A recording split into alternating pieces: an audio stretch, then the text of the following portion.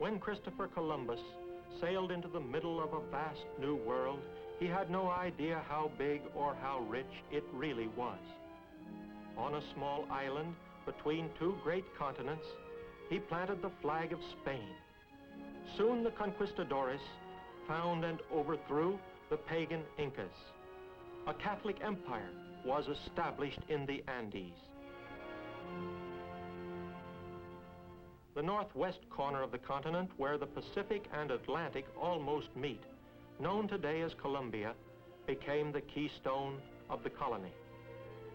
Here, 7 Lutheran congregations have recently sprung to life, connected only by airways.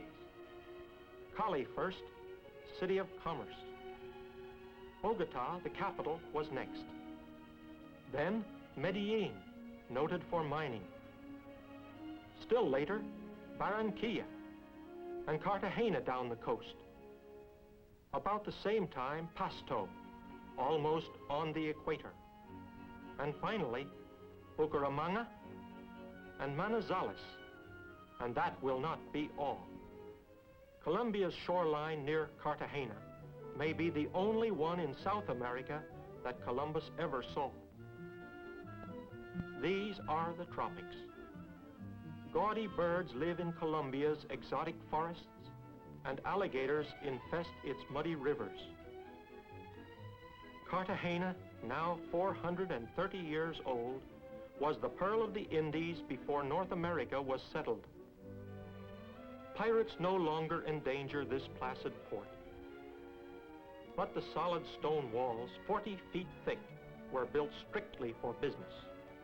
In 1586, Sir Francis Drake plundered the city to the tune of $500,000. A century later, despite these defenses, French buccaneers took $10 million in loot. As late as 1741, Admiral Vernon of England attacked with 115 ships in vain. But a young officer with him, Lawrence Washington, half-brother of George, honored the admiral later by calling his home Mount Vernon. Although George Washington never saw South America, he exercised a tremendous influence on another great liberator, Simon Bolivar, who captured Cartagena and gave Colombia her freedom in 1824. Today, it is a tourist city. The Spaniards are gone, but their churches remain. Business has moved to Barranquilla at the mouth of the great Magdalena River, not far from Cartagena. Bananas, coffee, and machinery have superseded the gold and emeralds sought by pirates. Downriver, through roadless jungles, come the inland steamers. Commercial activity centers along the waterfront. The municipal market is jammed with hucksters and housewives until entrance is almost impossible. Longboats sell green bananas, a staple food of the poor, for cooking rather than eating raw. Only a block away is the Paseo Bolivar. Stores and offices open directly on the street. The climate is always warm. Seasons are wet or dry. This large white house located outside the business district belongs to a German family where the Lutheran pastor stays during his monthly visits. No one is offended if Pastor Kostlund goes around in shirt sleeves in this hot climate. He made his first trip only a year before, from headquarters in Bogota. Now there is a congregation of 200 people, and services are held in Swedish and German. Today he is calling on some Norwegian members, a family living here temporarily. Lutheran services are held in a mission church belonging to Colombian Presbyterians. Swedes, Danes, and Norwegians gather to worship together. Far away from home, they tend to cling closely to their old traditions, but both they and their pastor know that a group of 20 to 30 Scandinavians cannot survive as an independent congregation. Pastor Kostlund meets with them in the Swedish consul's apartment. With Consul Bergstrom, they consider a proposal to unite all Lutherans in one parish.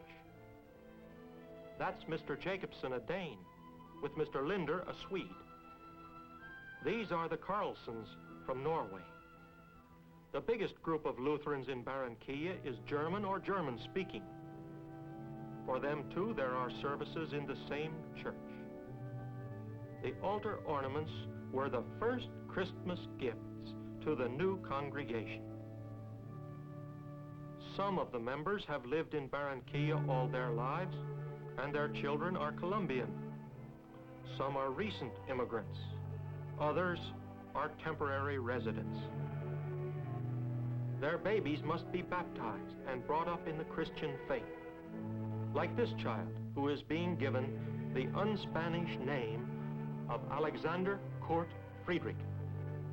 Many before him had grown up in Latin America, unbaptized and unconfirmed for lack of Lutheran pastors. With the regular visits of Pastor Kostlund, a new era dawned for Barranquilla's scattered Lutherans. Children were gathered to play together, to sing together, under the expert direction of Mrs. Backhaus. They also prepare themselves for confirmation. A church council was formed consisting of both old-timers and newcomers. They meet each month, often in the home of Mr. Schnurbusch, who pioneered the first commercial airline in the Western Hemisphere, now known as Avianca. Eagerly they discuss a plan to share in the global fellowship of the 50 million other Lutherans in the Lutheran World Federation. The Danish consul represents the Scandinavian group. Mr. Schnurbusch signs the simple agreement. Then Mr. Beuerlein endorses it.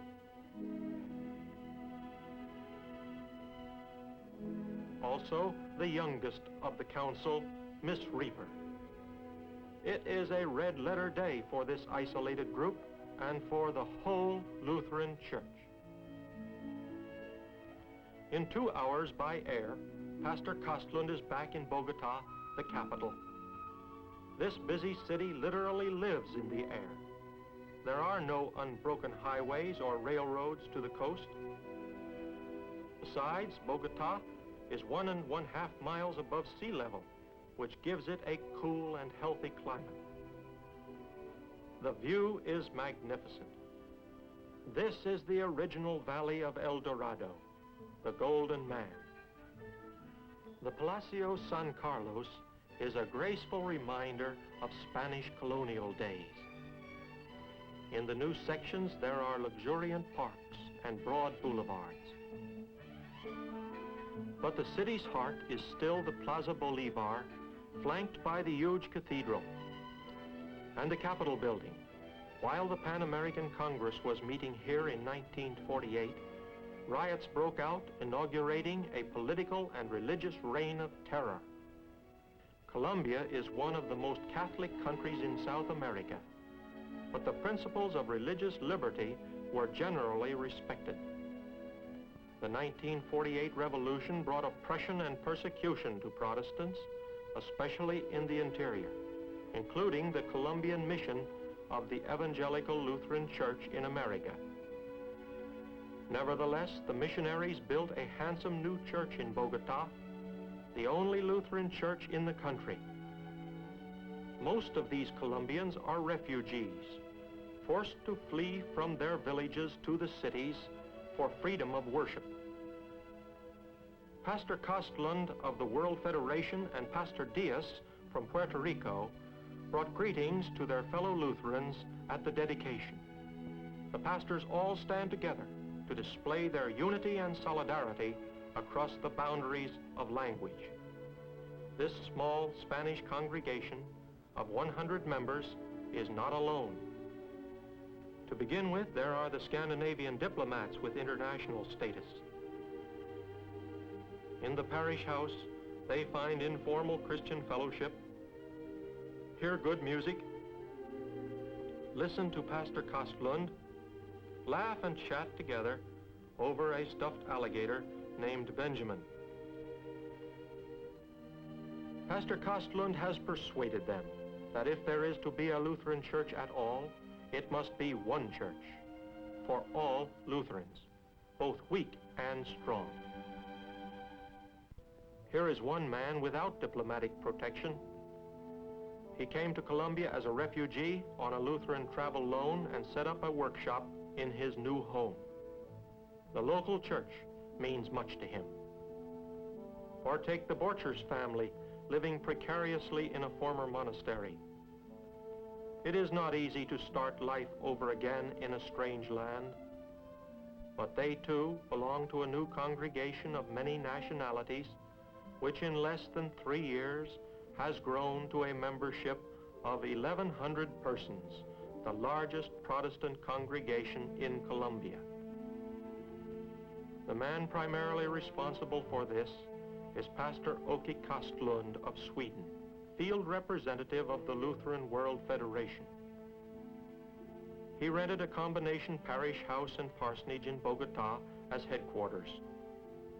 To get around the sprawling city and build up the youth work, we purchased a station wagon. His family consists of his charming wife and 3 delightful children who are already fluent in Spanish, and also a baby girl born in Bogota. At his desk, the busy pastor attends to correspondence, keeps his parish records, prepares his sermons. The downstairs hall displays the LWF flag and a table full of church periodicals in German, English, Spanish, Swedish. A mimeograph machine produces monthly bulletins of inspiration and information to Lutheran families all over the country. The assistant pastor, Ernst Hochstrasser from Switzerland, edits the paper. His wife, a trained nurse, is constantly on call in the parish. She reports for duty at the parsonage to help with the Kostlund baby. Thus, the pastor's busy wife can keep the parish center running as usual on its 7-day schedule. After attending to the needs of the youngest member, Mrs. Hochstrasser goes to see the oldest member of the congregation, who can no longer attend church services or go to the sewing circle. The ladies meet at the parish house, bringing their needles with them. When it's warm, they sit for a while in the garden, but lofty Bogota is usually cool and the air is thin, so they soon move inside. Here is Mrs. Stoller, widow of a German pastor now living with her daughter in Bogota. Mrs. Feilschneider, a frequent speaker on their programs. Mrs. Ewig, Mrs. Schmidt, and Mrs. Bartels. Mrs. Riesner shows Pastor Kostlund the handwork already completed.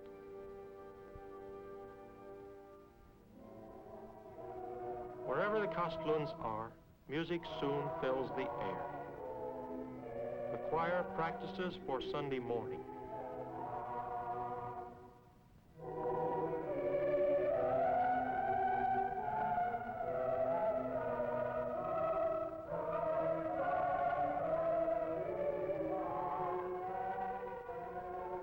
Sunday comes and so do the people. Services are now held in the new sanctuary belonging to the Columbia.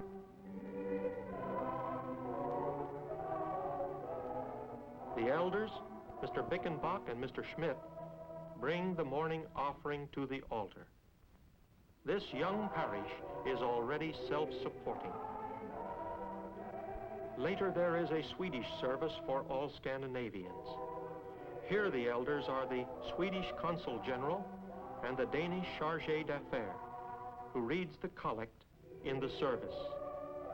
All 4 elders belong to one church council.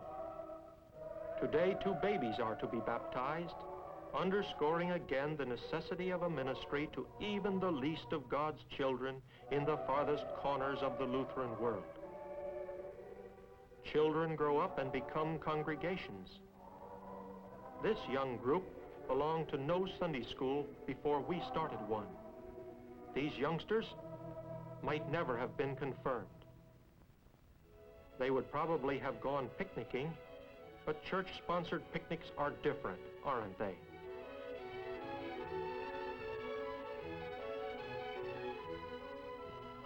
The Bogota Parish Center is full of boys and girls at least 3 times a week.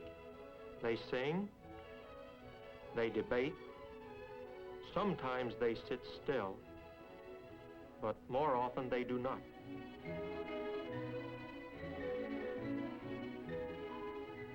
Private school buses are common even in big cities because public schools are few and far between. These private schools are usually operated by Catholic or Protestant churches or by the American, German, Swiss, or French colonies. One of the biggest and best schools in Bogota is the Colegio Andino, with a German tradition of long standing. Here the principal, Dr. Müller, invites the Lutheran parish to provide a regular course of religious instruction during the school hours to all Protestant children. Many youngsters are reached whose parents are indifferent. Classes meet 3 mornings each week, some under Vicar Hochstrasser. Others are taught by Miss Berkholz, who, for the sake of getting a better picture, gathers the alert children out of doors. With only 2 men to cover an area as big as Texas, time schedules must be carefully planned. Every lost and lonely soul must be accounted for. Then someday, these scattered people will, by the grace of God, become a synod, and the synod will become indeed La Iglesia Evangelica Luterana de Colombia. One other LWF pastor works in Colombia. He lives in Cali. The Cumberland Presbyterians loaned us their chapel. After the last hymn, Pastor Müller comes to the door to bid his flock farewell. Like many of them, he too is an immigrant from Germany, later decided to study theology. There is a warm spirit of friendly fellowship in this little parish of 200 souls. The Church Council has purchased a property with the help of Lutheran World Action funds. The children are growing up together in Christian fellowship, and the whole Church of Christ will be strengthened thereby. Pastor Müller speaks Spanish and already uses it in his ministry. San Martin, the name of this congregation, is like all the others in Spanish, for that is the language of the children. Cali also has its Scandinavian group, but there is one congregation. When Pastor Kostlund visits, they organize an all-day picnic and talk Swedish to their heart's content. The important thing is not to abolish the old languages and colorful customs, but to become a warm family of Christian friends. To achieve this, bilingual pastors are needed, men with deep insights, and worldwide appreciation of the significance of the Lutheran World Federation. 3 other congregations are served by Pastor Müller, a regular mountain hopper. One is in Manizales, another is Pasto, the third is Medellin. Medellin is one of Colombia's foremost mining and manufacturing centers. Ever since the days of the early Spaniards who came seeking gold and emeralds, European immigrants have been attracted to this lovely city in the Andean hills. The streets are handsome, full of vitality. It is a city of churches where even foreign Protestants must be cautious about openly professing their faith. The cathedral is gigantic, one of the largest brick churches in the world, but the older colonial churches surpass it in beauty. Equally handsome in their own way are the large plants on the outskirts. This cement factory, these mills. European skills are useful here, and some of the workers belong to our church. They live in new housing projects which are beginning to rise in many Latin American industrial centers. The only American Lutheran missionary pastor outside of Bogota is stationed here in Medellin. Coping daily with suspicion and antagonism, his might be a lonely and often discouraging ministry, except for the love of his youngsters.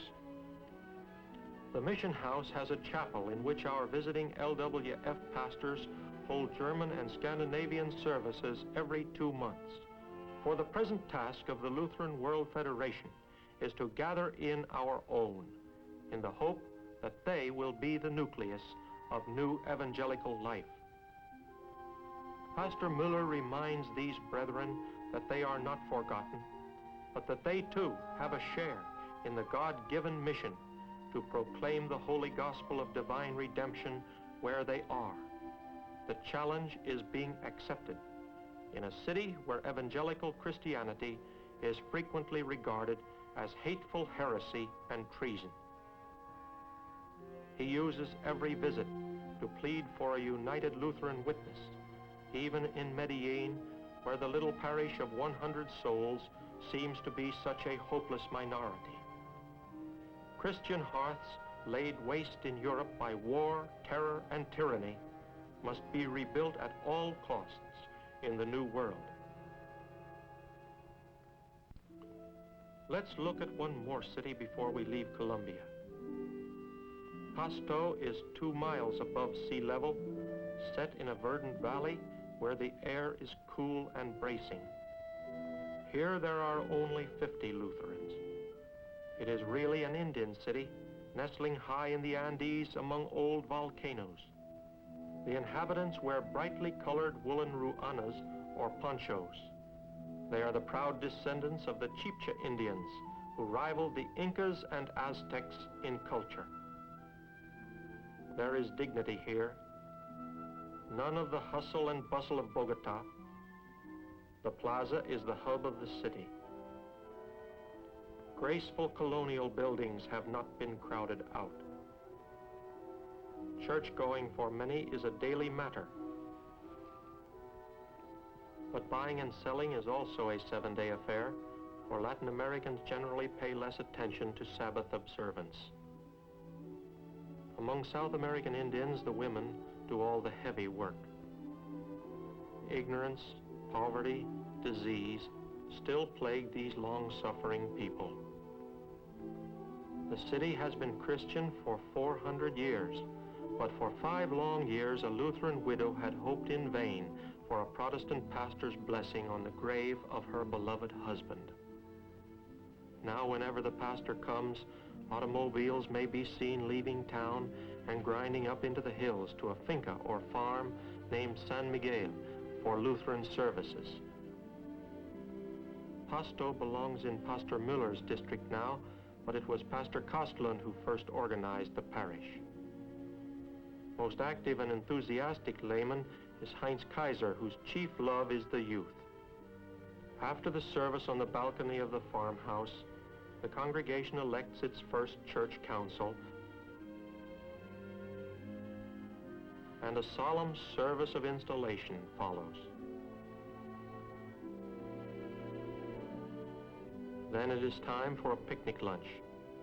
The pastor can come only once every 2 months, so on these occasions the congregation invariably turns in at perfect attendance and joy abounds. The young people have a table to themselves.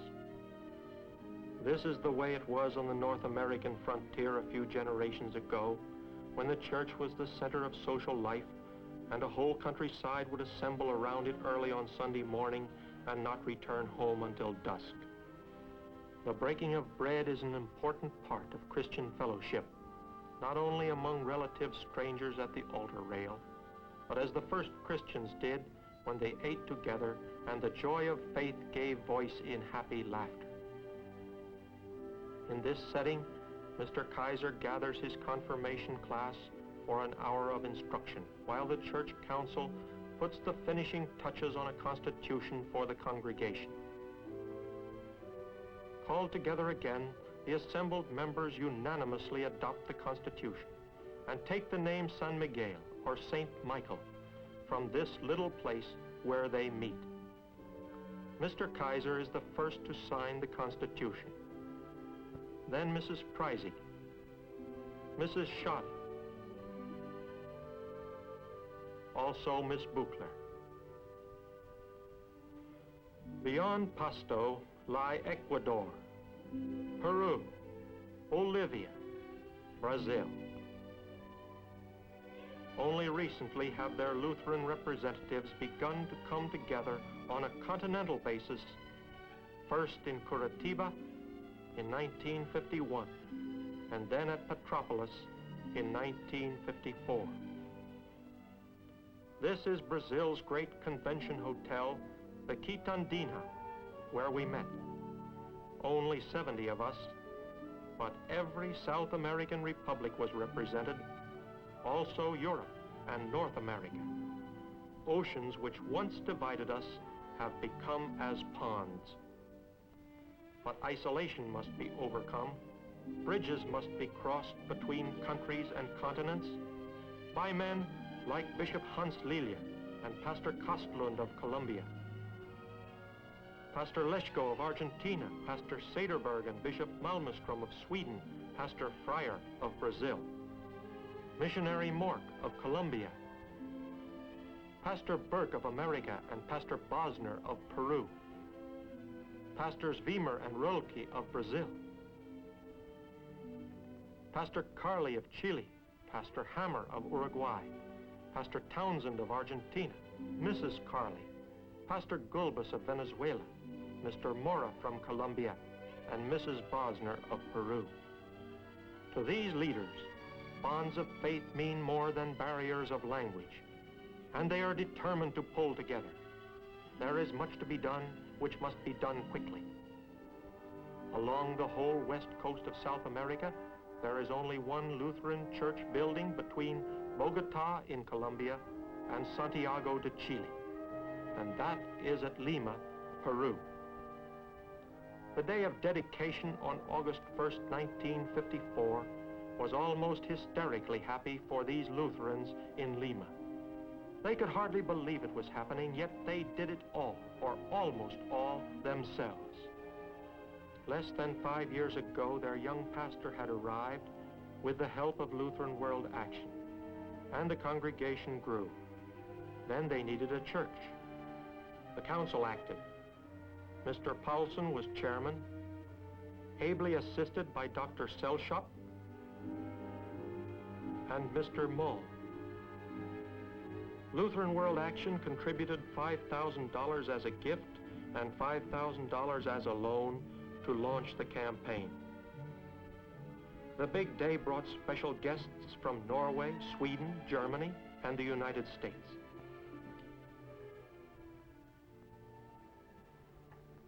Bishop Lilia and Bishop Malmström led the procession of clergy, carrying the altar ornaments.